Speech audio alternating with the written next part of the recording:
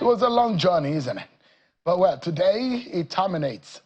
President Bola Tinubu has assented to the 4 tax reform bills recently passed by the National Assembly. The short ceremony took place at the presidential villa, where it was attended by leadership of the National Assembly, some legislators, governors and ministers, and aides to the president.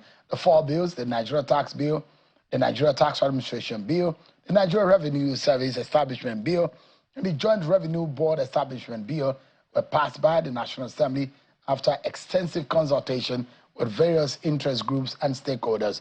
Perhaps one of the most controversial bills or laws in our land since the advent of the Fourth Republic. Let me allow you to listen to what President Bola Tinubu says.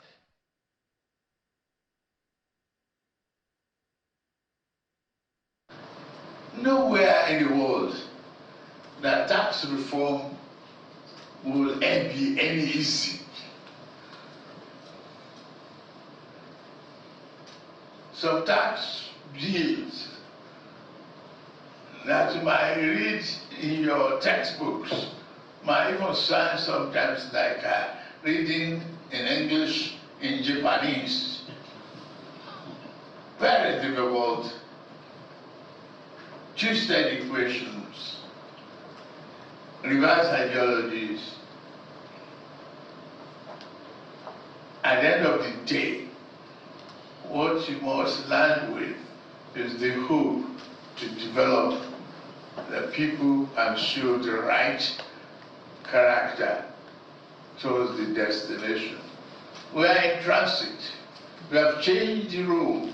We have changed some of the misgivings. We have opened the door for new economy, business opportunity. We are showing that Nigeria is truly, truly ready and open for business. Easy in, easy out.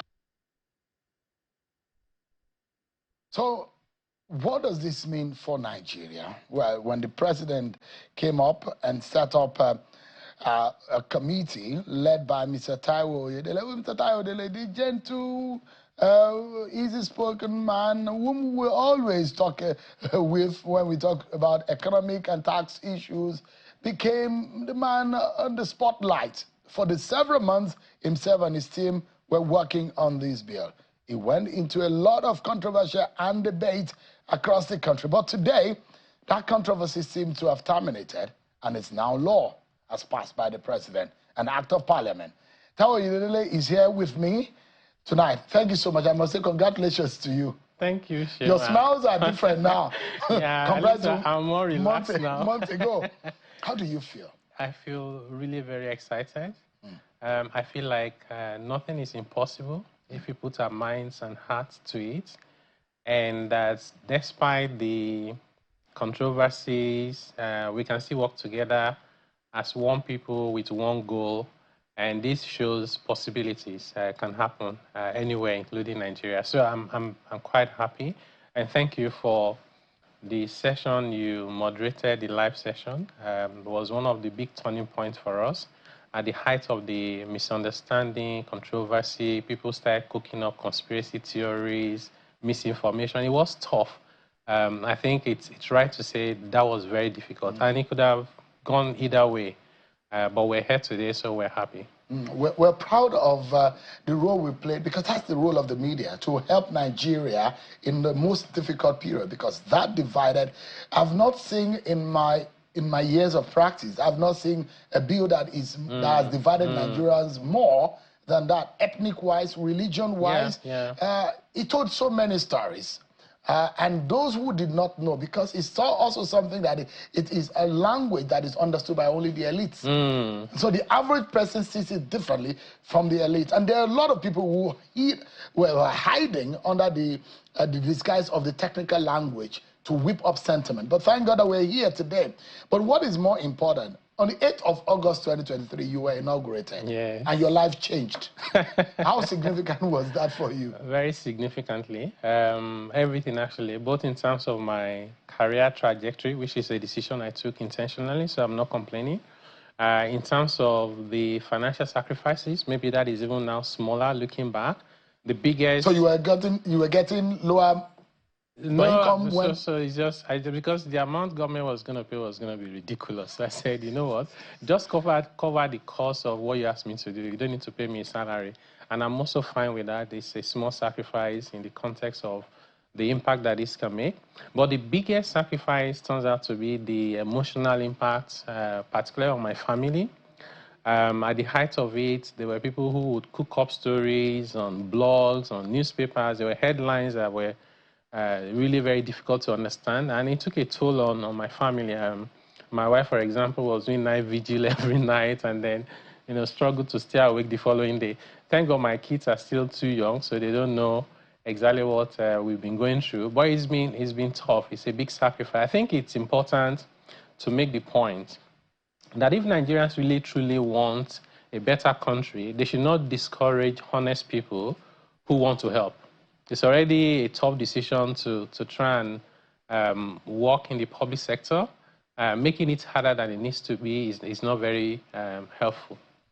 So there are crucial things that matter. And one of those things that you were trying to tell Nigerians is that the new regime of these new laws, well, these 4 bills will now form the body of our new tax laws in Nigeria that will help us to channel our resources and be able to harness our resources and make sure that revenue is targeted and well captured. What you portray to us, or what you told Nigerians, is that this will bring about transparency in the very terribly opaque system that we operate. Can you tell us in what way would this law do that? Yeah, great question. Yeah, so you're right. The current system is opaque. And usually, if you're hiding stuff from me, I need to be suspicious of you. It's hard to trust you if you're not open and transparent. That's exactly what we have today in Nigeria. So these new laws require that government should be more transparent. There are requirements around the standard of reporting, the timeliness of those reporting, and making them accessible to the public by the agencies like the Nigerian Revenue Service. There's a role for Ministry of Finance. Of course, there's the oversight function for the National Assembly that is more properly defined. So there will be improved transparency, certainly, under this new regime. But then to the more fundamental point around what does this really mean, right?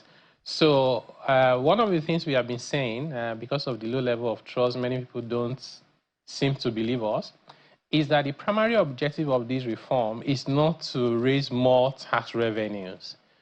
Because if you set out to do a reform in an economy like this with the objective of raising more revenue, you're placing the cart before the horse. Because tax revenues are the consequences of economic activities.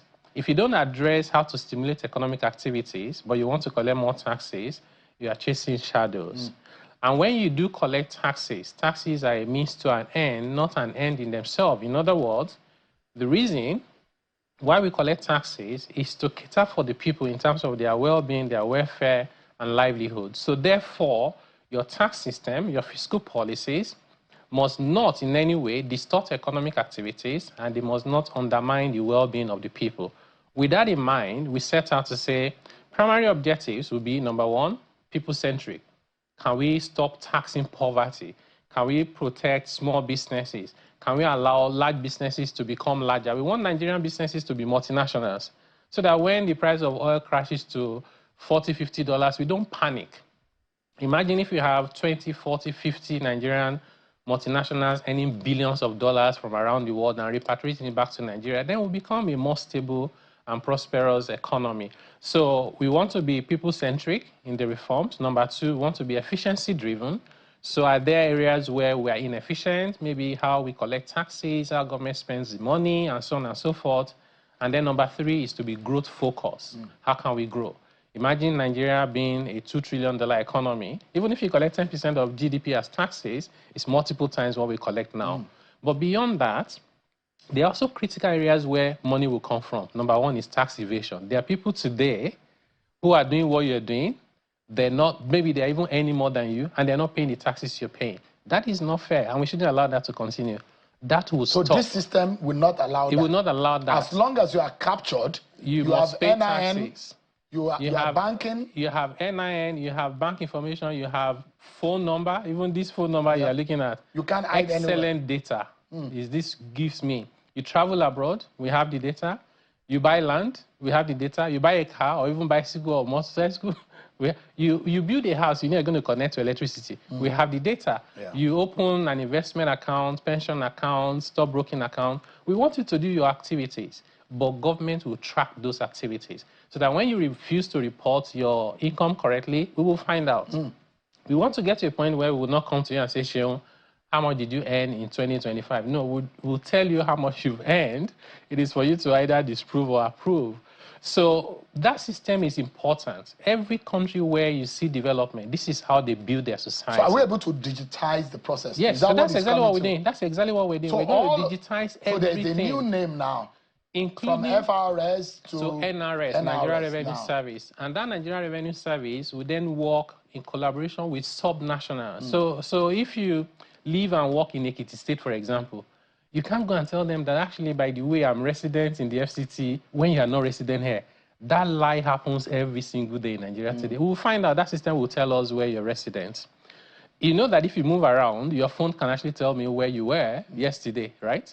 So that data will help us to ensure that, one, we know who is truly poor and protect them and exempt them completely from paying taxes. So this is a poor man protection policy. It's a pro-poor, okay, pro-business, and pro-growth and equity and fairness. So where will the extra income come from? Yes. So one is tax evasion. So we estimate that the tax gap, which is how much we are collecting versus how much we could be collecting, is in the region of 70%. So we're only collecting 30% of what is we can collect. So we want to close that gap. Imagine you just close it by another 30%. That's double what you collect now.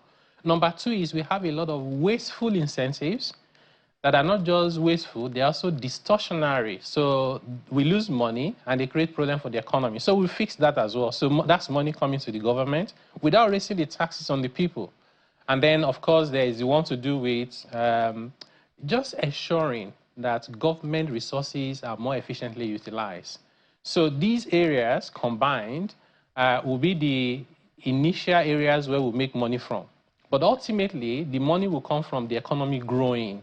If you get 10% of $200 billion, it's more than 100% of $1 billion. So that is the whole idea. That is where the money will come. It's not about going to the person who is struggling to survive and asking them to pay more. They have nothing else to give. Yeah. I mean, interesting that the president asked for a fiscal policy and tax reforms committee. That was your committee. So it's not only tax reform. I want to know whether you did any work on fiscal policy. Did you do any work on fiscal policy? Absolutely. Thank you for asking. I've been completely. Because that is the first leg of the assignment. Of the assignment by the president. Yeah. So people just think it's okay. I think the tax bills gave us the visibility because we were not paying attention to us before. But actually, the tax reform bills, in my estimation, is less than 20% of the work we're doing. Really? Yes. So the bulk of the work is around the fiscal side. We've done a lot of work around, we've developed what we call a Nigeria fiscal policy framework that sets out how we do things. For example, who should do tax, what revenue should you collect, how do you deal with subsidies and conditional transfers? How do you deal with inclusiveness for youth, for women, for people with disability? How do you deal with issues around the climate change? So those policies, we've documented them. There's also a lot of work we've done around how do we transform our budgetary system. In fact, there are proposals we've sent to the National Assembly to amend the Constitution to tell you the extent of the work we've done. So you're right. The assignment given to us is quite broad, and it was very intentional. Mr. President was very intentional in the terms of reference to say, look at fiscal policy and tax for me. In addition to that, one thing that the president did that we should commend, and I recommend that this should be replicated, is the first time, at least I can remember in Nigeria, that a committee was set up with a mandate not only to come with ideas and recommendations, but also a requirement for them to support in the implementation. Just imagine Orosanya report. If we had done it like this, maybe we would have implemented it at least to some extent. So when the controversy was really, really very heated, I said to myself, what if all we did was to write recommendations and say, dear federal government and government of Nigeria, rewrite the laws, put this provision here, and we've taken photos and we moved on. It would have been impossible to deal with those problems. So I think it's commendable that we are not only coming up with the ideas, we're also working with the government to do the implementation. It's been very effective. So I mean, they did a bit of the research, and I look at what South Africa, for example, is generating in personal income tax. Yes. And compare with the South Africa is less than 80 million people. Yeah, about 60 We're about 200 million people. South Africa gets almost 4 times what Nigeria gets in personal income tax. So it doesn't make sense, actually. We do know that if South Africa, that is about a third of our population, gets 4 or 3 times more in personal income tax than Nigeria, and they're less than us, it doesn't make sense. It shows that something is wrong with our net and how we need to capture it. And I think that President Bola Tinubu is probably blessed with a few people around him, someone like you, and someone like Zach Adedeji. A lot of people don't know that that guy is a first-class accountant. Very smart Very smart guy. And you look at FRS, for example, from 12 trillion to 19 trillion, from 19 trillion to 21 trillion. There's a target of 25 trillion in the next end of the next calendar year. That is the target. What do you think we could possibly get? What figure do you think matches our possibility if it's properly captured, the way this law is being framed now? Yeah, great question. So, and I like the example of South Africa you just made. In fact, you underestimated their performance. As of 2023, South Africa made about 50 trillion naira equivalent from personal income tax alone. That's more than all our revenues from all taxes, from selling crude oil, federal, state, local government, all combined. What South Africa made in personal income tax alone was more than that. By the way, that same year that they made 50 trillion, we made 1.5. So they made 30 times what we made in personal income tax. You know where the good news is actually? South Africa is not only just about 1/3 of our population. They have an exemption threshold in South Africa today that if you earn about 600,000 naira a month, you are completely exempted from paying personal income tax. That amount goes even further up if you are a senior, like you retired. And here we are in Nigeria taxing all the poorest people, and we can't raise the money. And the answer to that question is very simple. It's because people cannot give what they don't have. In South Africa, the top 1% of their population alone pays 90% of the personal income tax. So this is what we're now trying to do in Nigeria. If you want to promote equity, fairness, and have justice in a society, you must have progressive tax system that protects the poor, collect fairly an amount from the middle class, and allow the top of society to pay a little bit more. So moving forward with these reforms, we're going to start by collecting credible data.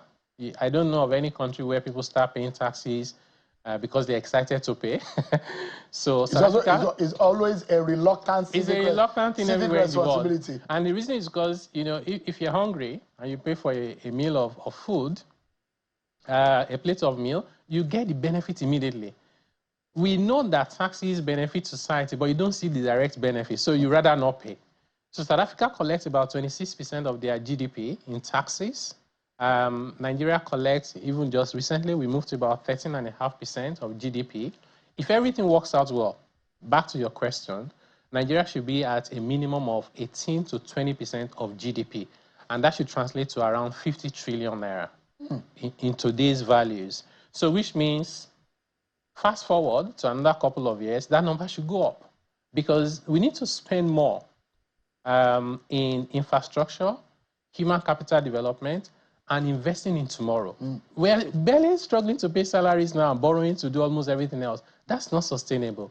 So this holds a lot of promise for the country, and we need to all work together to implement. Quickly, how do you define the poor in Nigeria?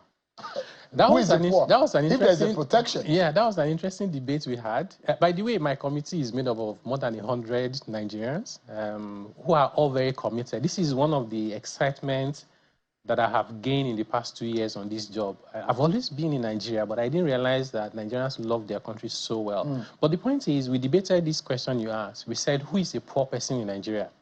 First, we started with data like, you know, the World Bank and the UN will tell you $2.15 a day. per person means you are at the poverty line. And we said to ourselves, actually, in Nigeria, there are people who do not earn $2 a day, but they are not poor because they produce the food that they eat. They don't have to pay for transport. They just trek to the farm. I lived and grew up in the village. So we had to factor all of that in. We came up and we drew our own line for Nigeria on the basis of average of 5 people per family, 2 people working, if they're lucky, taking care of the 5. When we did the maths, it gave us an amount, and that's actually exactly what we use in determining the income below which nobody should pay any taxes. What figure did they give you? So we came up with, I think it was 120 or 30,000 per household? Month. No, per 2 people working in a household of 5. So if the earnings is about 250,000, they can take care of themselves. Of course, they're not going to have luxury, but at least they can. But they are still classified as poor. They are poor, and they shouldn't pay taxes. But there are millions of those who are not even making 50,000 naira in a month. Yes, but it means they won't pay taxes. You know, this tax law will not give you cash in your pocket, right? But at least it won't take your cash away if you're poor. So for us, that was the starting point of draw that line of poverty. And from that point downwards, nobody earning those amounts of income should have to pay tax because they don't even have enough. But the fear is that the middle class and the medium earners are going to be burdened. That's the fear. No, we've also reduced. So that's one good thing we've done. So even though I don't like to divide society, but the purpose of this, we have the low-income people at the bottom, we have people at the middle, we have people at the top. We have eliminated the tax completely for people at the bottom. We have reduced for people in the middle, and we have increased slightly for people at the top. That's what we've done. So if I want to give you numbers, that middle, we estimated it in the region of about 1.82 million naira a month. If you're earning those kind of amounts and below, your tax will not be 0, but it will reduce from what you are paying today. And that's fair enough. Of course, people will argue that 2 million is not a lot of money, but in our context, it's a lot of money because people who earn 2 million per month and above in Nigeria are less than 5% of all workers. I asked you 5 questions, and this is where I want us to anchor. It was a political and ethnic division and controversy that rose up. And I asked you, you remember those 5 questions I asked you at the town hall? Yes. The political questions, the religious questions, the ethnic questions about the impact of this law. Are those settled now? I would say substantially yes, because for the key stakeholders, they now fully understand. And the reason why I'm not going to say is 100%, I know that there's still people, ordinary people, who still don't believe what we are doing. They still hold on to those conspiracies, theories, misinformation. There was a guy who just, cooked up that Tinubu would take 1 basket of produce out of every 4 that they produce from farmers. Like, how do we... They say, where did they find this in the law? But they believe that some northern states are going to be more impacted than southern states. It's not supported by anything in the reforms. Actually, it's the other way around. The state that would have a reduction in their VAT revenue is Lagos State, which was why we started by discussing with Lagos State. We thought that was the difficult conversation to have because others will benefit, but it was misunderstood. We thought it was our responsibility to explain. We did, and I think now substantially our stakeholders do understand. Before I allow you go, Mr. Oyedele, what is that significant lesson that you learned in all of this period? What I've learned, number one, is when I started this job, I thought that it was about thinking smartly, coming up with brilliant ideas was going to be the job. I quickly realized that was going to be 10% of my work. This is not Harvard. And it's not Harvard, my brother. 90% of Street Harvard. 90% of my work turned out to be stakeholder management. And in that process, the other lesson is just because I mean well for you, I should not assume that you will support me. It's my duty to explain to you. And one other thing that I've been able to do based on feedback that people give me is not getting angry because there's no point really. Would you take this again if you have been offered? Yes, I'll do it again. You love Nigeria more? I love Nigeria. You are coming of age. You are 50 now. Yeah. So even if anything happens to me today, they will write a story about me that there was a guy who tried to help his country. I'm very glad for the opportunity to serve. Thank you, Taiwo, for coming tonight. Sure. I appreciate it. Congratulations again. Thank you, my brother. Thank you so much. Thank you.